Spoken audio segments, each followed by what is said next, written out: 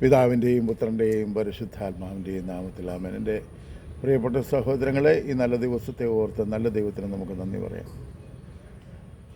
ഈ കർത്താവിനോട് ചേർന്ന് ജീവിക്കുവാൻ, അവൻ്റെ സ്നേഹം അറിഞ്ഞ് അനുഭവിച്ച് അവനോട് ചേർന്ന് നിന്ന് വിശ്വാസ ജീവിതം ജീവിക്കുവാൻ ദൈവം എന്നെയും നിങ്ങളെയുമായി അനുവദിച്ചിരിക്കുന്നു.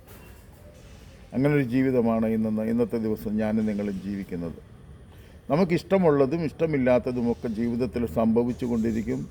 ദൈവത്തിൻ്റെ കൃപയിൽ ആശ്രയിച്ച് അതിനെ നേരായ വഴിയിൽ കൊണ്ടുപോയി പരീക്ഷണങ്ങളിൽ തളരാതെ, വേദനകളിൽ നിരാശപ്പെടാതെ മുന്നോട്ടുള്ള വലിയ പ്രത്യാശ, അതിലാണ് ഞാനും നിങ്ങളും ഓരോ ദിവസവും ജീവിക്കുന്നത്. ഇത് ദൈവത്തിൻ്റെ വലിയ കൃപയും കരുണയും അവിടുന്ന് പരിശുദ്ധാത്മാവ് വഴിയായി നമുക്ക് നൽകുന്ന വലിയ കൃപയാണ്. എനിക്കിന്ന് വളരെ വേദനയോ തോന്നിയ ചില കാര്യങ്ങളുണ്ട്. ആ വേദനകൾ നമ്മുടെ പൊതുവിലുള്ള വേദന. നമ്മുടെ ധ്യാനഗുരുക്കൾ, എറണാകുളം അങ്കമാലി അതിരൂപതയിലെ ധ്യാനഗുരുക്കന്മാർ, പ്രത്യേകിച്ച് വളരെ പേരെടുത്ത പള്ളിയിലിരുന്നവരും പേരുള്ള ധ്യാനഗുരുക്കളും ഇപ്പോൾ അവർ കൂരിയായിലുണ്ട്. ഇവരോട് എനിക്കൊന്ന് ചോദിക്കാനുള്ളത് ഇത് മാത്രമാണ്: നിങ്ങൾ എന്താണ് ഞങ്ങളെ ധ്യാനിപ്പിച്ചത്? എന്ത് വചനമാണ് ധ്യാനിപ്പിച്ചത്? ആ വചനം നിങ്ങൾ എന്തുകൊണ്ട് ജീവിക്കുന്നില്ല? ആ ചേർത്തല പള്ളിയിൽ, മുട്ടം പള്ളിയിൽ ചെന്നിട്ട് അവിടെ ഇരിക്കുന്ന വികാരിയെ നിങ്ങൾ ഭീഷണിപ്പെടുത്താൻ പോകുമ്പോൾ, നിങ്ങൾ സ്വർഗത്തെ കാണിച്ചു തരാൻ ഞങ്ങൾക്ക് മുമ്പിൽ ബലിപീഠത്തിൽ നിന്ന് നിങ്ങൾ പ്രസംഗിച്ച പ്രസംഗങ്ങൾ, പറഞ്ഞ ദൈവവചനം, മത്തായിയുടെ സുവിശേഷവും ലൂക്കായുടെ സുവിശേഷവും കൊരിന്ത്യക്കാർക്ക് എഴുതിയ ലേഖനവും റോമാ ലേഖനവും ഒക്കെ പറഞ്ഞുകൊണ്ട് നിങ്ങൾ എത്ര വാചാലമായി ഞങ്ങളോട് സംസാരിച്ചത്. ഇപ്പം ഞങ്ങൾക്ക് സംശയം തോന്നുന്നത് എന്നാണെന്നറിയാമോ? അന്ന് നിങ്ങളുടെ അറിവിൽ നിന്ന് നിങ്ങൾ പറഞ്ഞു ആത്മാവില്ലായിരുന്നു. ആത്മാവുള്ളൊരു മനുഷ്യൻ ഒരിക്കലും നീതിബോധം നഷ്ടപ്പെട്ട് പ്രവർത്തിക്കാനൊക്കില്ല. കഷ്ടമല്ലേ ഇത്? പരിശുദ്ധ കുർബാനയെ വെച്ചുകൊണ്ട് വില പറയുന്ന, അതിനെ ധ്യാനഗുരുക്കളായ നിങ്ങളുടെ അധരങ്ങളിൽ നിന്ന് അടർന്നു വീണ വാക്കുകൾ പൊള്ളയായിരുന്നു.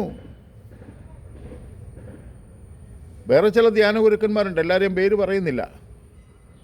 അവരുടെയൊക്കെ കൂടെ ശുശ്രൂഷ ചെയ്യാൻ ഭാഗ്യം കിട്ടിയൊരു മനുഷ്യനാണ് ഞാൻ. അവരുടെയൊക്കെ അധരങ്ങളിൽ നിന്ന് അടർന്നു വീണത് തീയായിരുന്നു. ഇന്ന് അവരുടെ വായിൽ നിന്ന് വരുന്നത് കരിക്കാറ്റാണ്. ഒന്നുമില്ല, ശൂന്യമാണ്. ഉള്ളി പൊളിച്ച കണക്ക് മാത്രമേ ഉള്ളൂ. പൊളിച്ച് വന്നപ്പോൾ ഒന്നുമില്ല. നിങ്ങളുടെ വാർദ്ധക്യം എത്ര ശാപഗ്രസ്തമായിരിക്കും. എത്രയോ നല്ലതാണ് ഈ പാവപ്പെട്ട വിശ്വാസികൾ. തളർച്ചയിലും ദമ്പിതത്തിലും രോഗത്തിലും കഷ്ടതയിലും കടബാധ്യതയിലും ബന്ധത്തകർച്ചയിലും കൂടെ കടന്നു പോകുമ്പോഴും ദൈവത്തെ ഓർത്ത് ക്ഷമിക്കുകയും സ്നേഹിക്കുകയും ചേർത്ത് പിടിക്കുകയും ചെയ്യുന്ന ഒരു പാവം വിശ്വാസിയുടെ വിശ്വാസം പോലും നിങ്ങൾക്കില്ലാതെ പോയല്ലോ എൻ്റെ വൈദികരെ.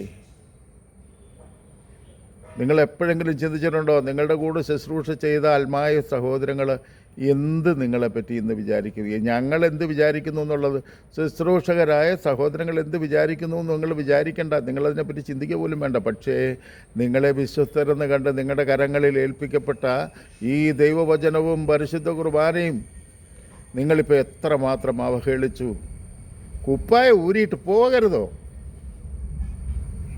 എന്തിന്? സാക്ഷിയാകാൻ പറ്റിയില്ലെങ്കിൽ വേണ്ട, പക്ഷേ എതിർ സാക്ഷ്യമാകരുത്. ശാപമായി തീരും. സഭയുടെ അനുഗ്രഹമായി തീർന്ന നിങ്ങളൊക്കെ പിൽക്കാലത്ത് ഞങ്ങൾക്ക് മുമ്പിൽ ശാപത്തിൻ്റെ ജീവിതം, ശാപഗ്രസ്തമായ ജീവിതം, നിങ്ങളുടെ അധരങ്ങളിൽ നിന്ന് ദൈവവചനം ഇറങ്ങി വന്ന അതേ വാക്കുകൾ തന്നെ, അതേ നിങ്ങൾ തന്നെ ദൈവനിഷേധത്തിൻ്റെ വാക്കുകൾ ഞങ്ങൾക്ക് മുൻപിൽ വലിച്ചെറിയുമ്പോൾ കഷ്ടമെന്നല്ലാതെ വേറൊന്നും പറയാനില്ല. നിങ്ങൾക്ക് എന്താ പറ്റിയത്? നിങ്ങൾ കാശിന് വേണ്ടിയാണ് ബിസിനസ് ചെയ്താൽ പോരായിരുന്നോ? കർത്താവിൻ്റെ ബലിപീഠം എത്ര അശുദ്ധമാക്കി. പ്രത്യേകിച്ച് ജോസച്ചനെ പറ്റി പറയാൻ, ജോസച്ചൻ ഒരുപാട് നല്ല ഒരു ശുശ്രൂഷകൻ, ഒരു പൗരോഹിത്യത്തിൽ ജീവിച്ച മനുഷ്യനായിരുന്നു. അദ്ദേഹം ഒരു കാലത്ത് ഏതായാലും സിനഡ് കുർബാനയെ ചെല്ലത്തുള്ളെന്ന് പറഞ്ഞു. കുറേ കഴിഞ്ഞപ്പോൾ അദ്ദേഹത്തിന് തന്നെ പ്രശ്നമായി. അദ്ദേഹം വീണ്ടും ഉപേക്ഷിക്കപ്പെട്ട കുർബാന ചെല്ലാൻ തുടങ്ങി. അദ്ദേഹത്തെ ആ പള്ളിപ്പുരയിടത്തിലൊക്കെ നിർത്തി ജനം ചോദ്യം ചെയ്യുന്നത് കണ്ടിട്ട് ഞങ്ങൾക്കൊക്കെ നാണം വന്ന് എൻ്റെ അച്ഛ. മഹാപാപമാണ് കേട്ടോ. നിങ്ങൾ കുപ്പായ ഊരിപ്പോയെന്ന് കേട്ടാൽ ഞങ്ങൾക്ക് സന്തോഷമേ ഉള്ളൂ. കാരണം പറ്റുന്നില്ല, അതുകൊണ്ട് വിട്ടിട്ട് പോയി. പക്ഷേ നിങ്ങൾ ഇവിടെ നിർത്തിക്കൊണ്ട് കർത്താവിൻ്റെ ബലിപീഠം അശുദ്ധമാക്കുന്നു. കർത്താവിനെ പിടിച്ച് കെട്ടിയിട്ട് അടിക്കുന്ന പണിയാണ് നിങ്ങൾ കാണിക്കുന്നത്. അന്ന് കർത്താവിനെ എതിരാളികളാണ് ചെയ്തതെങ്കിൽ ഇന്ന് സോപ്പിട്ട് കൂടെ കൂടി ചങ്കിന് കത്തി കയറ്റുക. അന്ന് ലോങ്കിനോസ് ചങ്ക് കുത്തി തുറന്നെന്ന് പറഞ്ഞ് നിങ്ങൾ സൈഡിൽ കൂടി നിന്നിട്ട് പള്ളയ്ക്ക് കത്തി കയറ്റുന്ന പണിയാണ് കാണിക്കുന്നത്. ഇത് കണ്ട് കരയുന്ന ദൈവവിശ്വാസികളെ കഴിഞ്ഞ നോയമ്പ് കാലത്തും മറ്റുള്ള പള്ളികളിലൊക്കെ ധ്യാനിപ്പിക്കാൻ പോയല്ലോ. പലയിടത്തും ബോർഡൊക്കെ കണ്ടു. ലാറ്റിൻ പള്ളികളിൽ ആ പാവങ്ങളെ കൂടെ നിങ്ങൾ നശിപ്പിക്കാനാണ് പോയത്. ജീവിതം കൊണ്ട് എതിർസാക്ഷ്യവും വാക്കുകൊണ്ട് ദൈവത്തിൻ്റെ സാക്ഷ്യവും കൊടുക്കുക. നിങ്ങളുടെ പൊള്ളത്തരം എത്ര ഭയങ്കരമാണ്, ഭീകരമാണ്. ദൈവത്തെ ഓർത്ത് നിങ്ങൾക്ക് നിത്യനരകം ദൈവം വിധിക്കാതിരിക്കട്ടെ എന്ന് ഞങ്ങൾ പ്രാർത്ഥിക്കുകയാണ്. കാരണം മറ്റുള്ളവർക്ക് ഉതപ്പുണ്ടാക്കുന്നതിലും ഭേദം നിങ്ങളൊക്കെ പറഞ്ഞ വചനം തന്നെ, ദൈവത്തിൻ്റെ വചനം. കടലിൽ തിരികെട്ട് കെട്ടി ചാടിക്കോളാൻ കുറച്ചുകൂടെ മെച്ചം അതായിരുന്നെന്ന് തോന്നുന്നു. ഞങ്ങളെ നാശത്തിൻ്റെ വക്കിലേക്ക് പറഞ്ഞു വിടുന്ന നിങ്ങൾ അധികാര സ്ഥാനത്തിന് വേണ്ടി, പണത്തിന് വേണ്ടി, പേരിന് വേണ്ടി, പ്രശസ്തിക്ക് വേണ്ടി, ഒരു ബിഷപ്പാകാൻ വേണ്ടിയാണ് ഈ അഹങ്കാരം കാണിക്കുന്നതെങ്കിൽ ഈ ഇപ്പോഴത്തെ ബിഷപ്പന്മാരെയൊക്കെ ഓർക്കുമ്പോൾ തന്നെ സങ്കടമാണ് തോന്നുന്നത്. കാരണം ഇവരൊന്നും നിത്യരക്ഷ കാണാൻ സാധ്യതയില്ല. കാരണം അസത്യത്തിൻ്റെയും തിന്മയുടെയും സാത്താൻ്റെയും മുൻപിൽ വായടച്ചു നിൽക്കുന്ന പിതാക്കന്മാരെയാണ് കാണുന്നത്. കൂടുതൽ ഞാൻ പറയുന്നില്ല. നിങ്ങളെല്ലാം മോശക്കാരും ഞങ്ങൾ നല്ലവരുമെന്നല്ല. മോശക്കാരായ ഞങ്ങളെ സ്വർഗത്തിൽ കൊണ്ടുപോകാൻ ഇറങ്ങി പുറപ്പെട്ടിട്ട് ഞങ്ങളെ നിങ്ങളിപ്പോൾ കയ്യും കാലും കെട്ടി നരകത്തിലിടുന്നതിന് തുല്യമായി ഇന്ന് നിങ്ങളുടെ കൂടെ നിൽക്കുന്ന ഓരോ മനുഷ്യരുടെയും ഈ ഇവിടെ ഉണ്ടായിരുന്ന കൂരിയാമാറണം. എന്താണ് സംഭവിച്ചത്? കള്ളന്മാരുടെ താക്കോൽ കൊടുക്കുന്ന കണക്ക് അന്ധകാരത്തിൻ്റെ രണ്ട് പിതാക്കന്മാർ തൊപ്പിപ്പാള എനിക്ക് എൻ്റെ തൊപ്പിയേക്കാൾ വലുതാണ് തൊപ്പിപ്പാള എന്ന് പറഞ്ഞ മനുഷ്യൻ.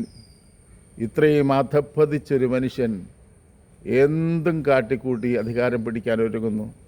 ദൈവത്തിൻ്റെ കരുണയ്ക്ക് വേണ്ടി ഞങ്ങൾ ഇപ്പോഴും പ്രാർത്ഥിക്കുന്നു, നിങ്ങൾ നിത്യനാശത്തിൽ പോകാതിരിക്കാൻ. ആമേൻ. ഒന്ന് ഷെയർ ചെയ്ത് സഹായിക്കണേ. ഇത് ആരെങ്കിലും ഈ രണ്ടച്ഛന്മാർക്കും ഈ ധ്യാനഗുരുക്കന്മാർക്ക് ഇതൊന്ന് അയച്ചു കൊടുക്കണമേ. ഒരു പാവിയുടെ ചങ്ക് പൊട്ടിയ വേദനയാണിത്.